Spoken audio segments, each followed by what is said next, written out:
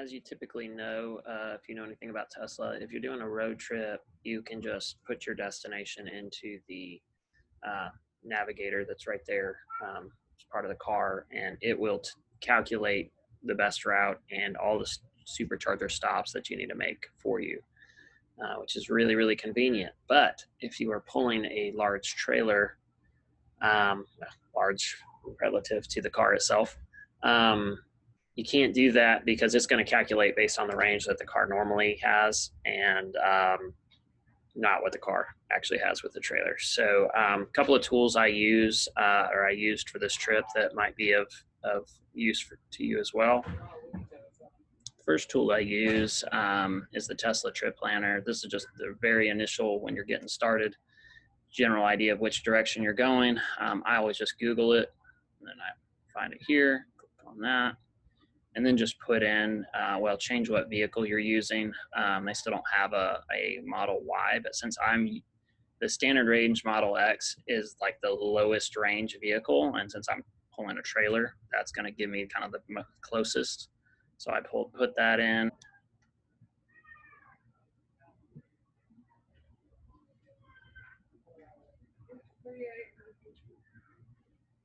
There we go. So that way I kind of know just the main broad direction I'm going. I used supercharger.info/map. This shows all the superchargers in the country. And so basically, before I started the trip, I did calculate the distance manually on Google Maps between each of these superchargers to make sure that I was going to make it. This one, I forget which one of these. I think it's this one that was a long ways, so I stopped in between it at a park, as you saw at Burlington RV. But anyway, yeah, I found this to be pretty helpful as far as just identifying where the next charger is that you're going to. As far as picking the what campground I was going to stay at, there was a couple of things. My first goal was to try to use Camp Life Parks, so just the easiest way to find campgrounds. So as an example, when I started out in the southern part, I was looking at staying at Clarksville RV right here. They ended up being full. But as you can see, that was right along the way of where I was going. Then if I go back, then as I worked my way west, you can continue to see, kind of zoom in and see what your options are. This is in the beta version. It's not quite released yet, but once it's released, you can click on the actual park itself, read some details, and go ahead and reserve your site. So super convenient way to map out where you're going to need to stay. The other thing I used extensively, of course I use it as an app, not online, but as PlugShare. PlugShare shows you all the chargers that people are making available. Okay, I'm in Topeka, Kansas. This was from Independence, Missouri. Picked up this truck immediately out of Topeka, which is good. I need the help. Doing about 66, just steady, which is perfect. I'll follow him as long as he's going. 106 miles almost, only 526 watts per mile. The entire drive was on the interstate. I was behind a truck doing about 67 the vast majority of that drive, but still, still have 51 miles left, or roughly. I'm charging now, but it was something like close to that. So yeah, the answer is just to stay on the interstate and go slower, try to get behind a truck. It was also flatter. I mean, I'm in Kansas. I am in Salina, Kansas, so it's getting flatter too. But I mean, there's still some hills, and I was just sitting behind that truck. Just put it in active cruise, and just let it follow that truck all the way here, or almost all the way here. I stopped and went to the restroom, and so then I had a little section that I was on my own, but went well. I was following a minivan, and I was doing about between 70 and 75. As you can see, my watts per mile is super high. I've got 80 miles of rated range that I've used to go 25. So things are not going well, and I was like, why are things going so poorly? And it clicked. The primary reason things are going so poorly is that I'm not behind a semi-truck. And that was making a bigger difference than I was giving credit for. Because even though I was going slightly faster, but not significantly faster. But without the semi-truck to provide the draft, it's a different ballgame. So I'm actually trying to catch up to a semi-truck, which is going to use even more energy, but it's kind of my only hope right now. I'm going to try to catch up to that semi-truck, and then other than that, I'll be looking at going on side roads again in order to get there. Should have left a little more buffer or something, but oh well. East Kansas. This one got a little tight.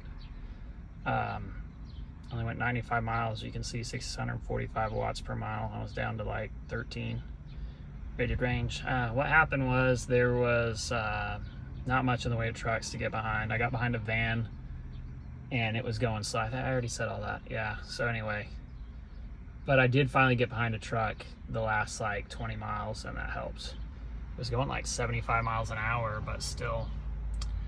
And I had to drop the trailer because there's already a trailer here.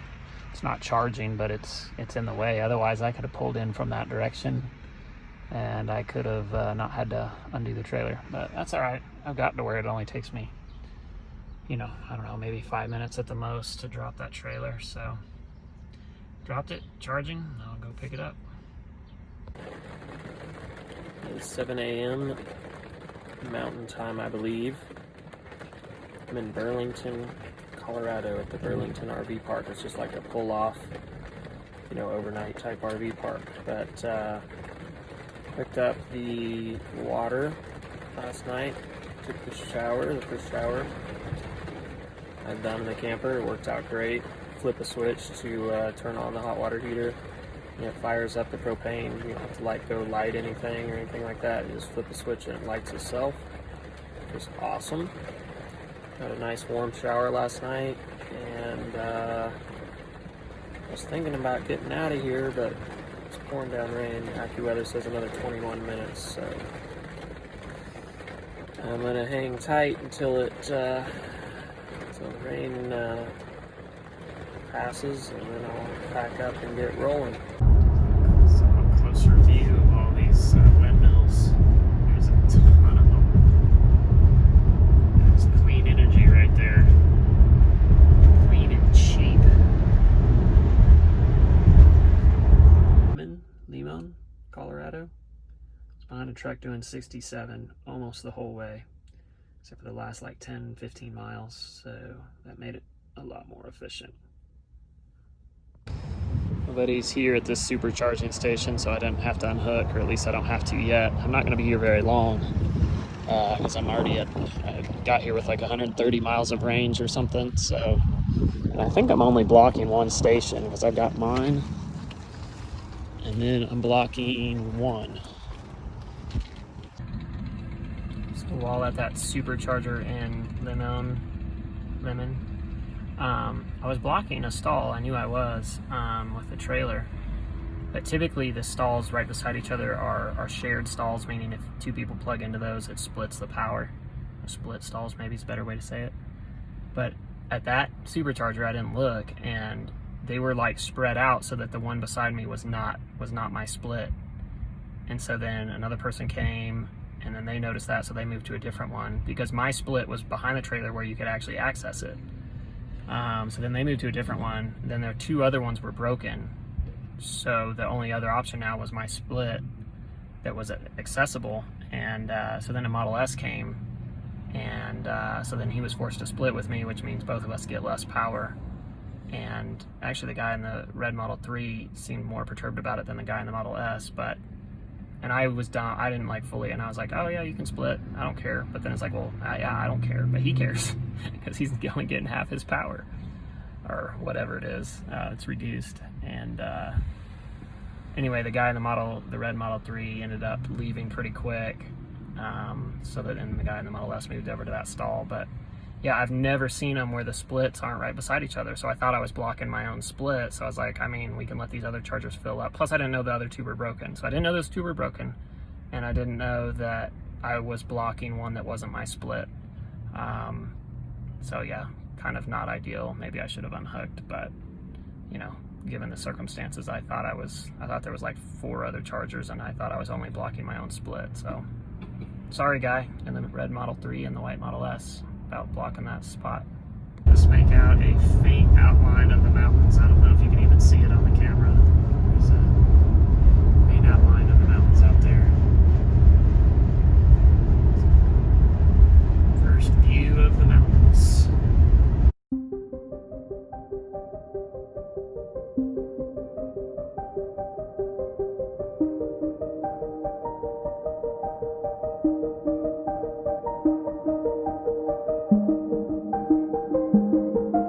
Yeah, so Diamond Campground, they have a really, really cool contactless check-in process. Anyway, you come over here and got the sign. Again, how's it going? Good. And then you can either use the kiosk. No, I'm good. Or they have, and then they have the maps on the wall.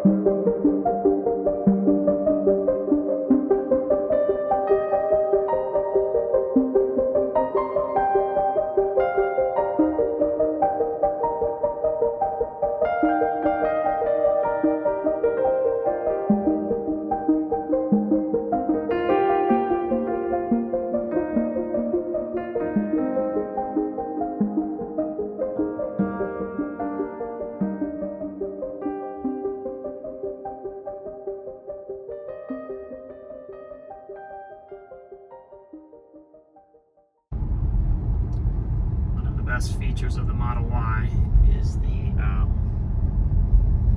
regenerative braking when you're going down a mountain, especially when pulling a trailer, but in general, instead of using your brakes and wasting energy, or working your transmission super hard trying to slow down going down the mountain, regenerative braking is literally slowing you down and putting the energy back in the battery to be used at a later time. So it is pretty sweet.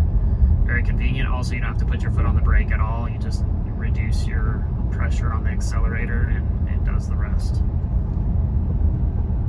Just came up a massive hill. That's my 5-mile average. You can see I'm off the charts. Still going up the hill. Catching up with this car pulling this little trailer. Just cranking my way up the hill. No power issues whatsoever despite having the trailer. So apparently I've been driving too aggressive. It says charging needed to reach destination, even though my destination is only 44 miles away. But apparently I'm going to go over a big pass or something. So I've got 232 miles of rated range, and it says I'm not going to make it. I think the calculation is wrong somehow, but I certainly hope so, because I doubt there's much in the way of charging out here in the middle of nowhere, Colorado. Can't take video as I'm driving because my GoPro's low on battery. So I just have to stop at the most scenic areas and just grab a quick shot for you. Those folks are having to do some kind of work on their trailer.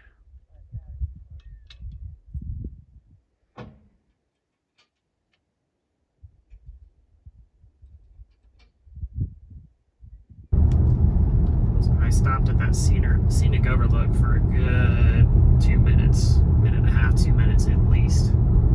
Still caught back up with this car just because of, well, both mostly uphills I can go faster, but also on the downhill, instead of just putting into low gear and going slow, you know, all the time, I can let it accelerate a little bit because the regen will slow me back down. So I tend to be more efficient both uphill and downhill.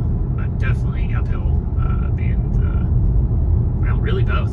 I mean, because you know, people don't want to use their brakes going down, so they put it in a low gear and then they're just going slow, you know, the whole time. They can't accelerate during the straightaway, or they can, but you know, they tend not to